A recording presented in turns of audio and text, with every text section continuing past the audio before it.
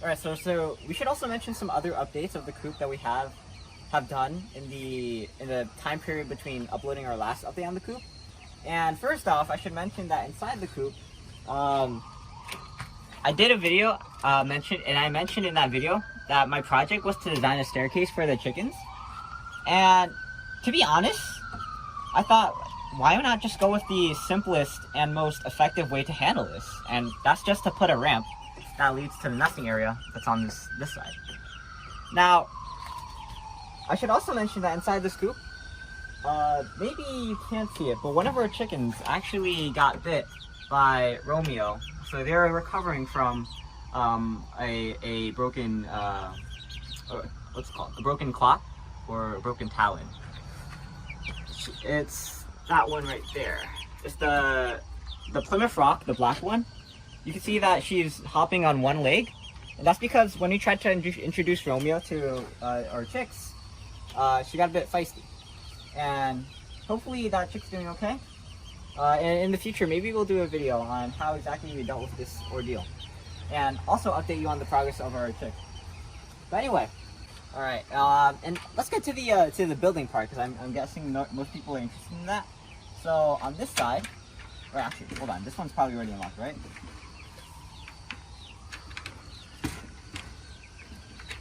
Okay. That was a bit confusing, but anyway, looking inside, you can see that we actually updated our previous platform that we had for the water fountain. Before, it was this low platform, and unfortunately we thought that was a bit too low, because when we went to refill the water, we saw that there was a ton of debris inside the water fountain. And as you can see right now, we have a sort of stool that my dad designed. And actually, if it was just a standalone stool, I think I'd use it, because it looked really nice. Huh, interesting. So the door is not supposed to be as complicated as I made it look. But let's move on to this side of the coop. In my previous videos, when I did updates on the coop, I said that we had to sort of figure out this problem of the screen meshes that we put on our doors, because we wanted to make sure that our chicks were secure by putting a double mesh layer of both small netting and these 1 inch gap wide netting. Because we want to make sure that if the chickens the chickens couldn't stick their beaks out and get them bitten off by a raccoon or any wildlife. And that's why we have this double netting. However, my mom said that she wanted to be able to see the chickens, you know, because in case she needed to do any updates on them or check on their progress. And also because it looks nicer just to be able to see the chickens that are inside the coop. So what my dad did was he devised a solution to this, is in that he put some protective netting at the bottom of the gateway, and also you're still able to go inside there if you need to, but that's something else. But also this protects against that problem of the chickens sticking their beak out and getting bitten off by wildlife, but also allows my mom to be able to see the chickens through a wire fence. And also, my dad mentioned that he actually wants to do something further with this netting that he has set up right now, because right now it's like a temporary measure, because he wants to make it a bit more, I guess, nice, you would say. And he wants to make it so that it's a bit modular, that you can take this out and this netting out if you need to. So that you can access the inside. And I mean, there's a ton of ideas for this. Maybe you could make this like put this on a hinge and pull it out on this side to make it. Oh, hey Zami. Yeah. This is my brother Zami. You wanna say hi? Yeah. And this is Bella. Okay, so getting back to the screen mesh. What we could do is we could probably put this on a hinge and make it come out this side. I mean, that's my vision. I actually did this on I just winged it. I just thought of this idea. But what my dad is thinking is that maybe there's like something, you can make it modular. We could just take this out entirely and put it back in whenever we need it.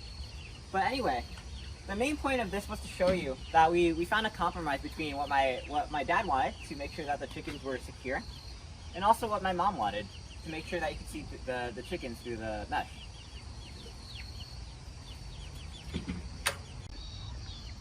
Okay, so right now it's getting dark, and it takes my dad around 10 to 15 minutes to wrap up, so we're gonna have to close this video off soon. But I just want to say, and I just found this out, so I may be a bit off in explaining it, but basically my mom thinks that we could prioritize something. We should prioritize something else over the building of a coop. And word for word, I mean, we have other things to do, is what she said. And all I have to say is that personally I disagree with this. It's building this coop and also raising these chickens. It's a hobby. It's more than a hobby. It's a personal passion. And not only that, it teaches us. Oh, he's trying to eat something outside the thing. But anyway, it's something that also teaches us like planning something over long periods of time, planning something to make sure that you account for other factors. For example, when building the coop, you have to make sure that we take into account the chicken safety, but also the desires of my mom, you know, to be able to see the chickens, for example. But also things like, and mostly this project has been about learning about the various aspects of design that we have to account for. Like, first off, when you're designing things like this, you have to make sure that it's expandable. When my dad built this playground, it was built like pretty rectangularly, which allowed us to be able to expand it to this side to make a bigger coop. And also, another thing is that when my dad built this playground, he also used nails instead of screws. And in retrospect, like 20 years in the future, we realized that it's a better choice to use screws rather than nails, not only because it's easier to take out screws than nails, but also because screws are a bit more sturdy. And furthermore, also like taking into account things like cost. This is especially important with the pandemic. We have to be able to realize what exactly we can reuse and also what we can allocate funding towards to buy new things for the build. So those various aspects like planning modularity in a design, like what we're trying to do right now with storage and also with some other aspects of the design. It's really important to make sure you balance both the visuals and the functionality of your design. I know that was a very messy way of describing it, but I'm trying to say that it's really important to be able to understand and visualize what you're going to be designing and building.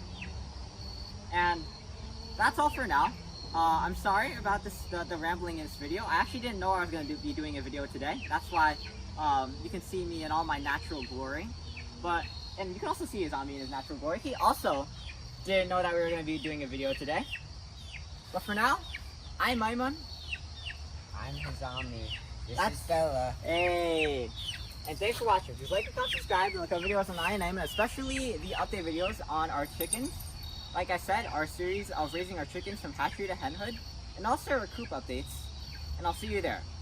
But for now, my voice is tired from all this rambling, so I'll let you guys get back to it. Signing out.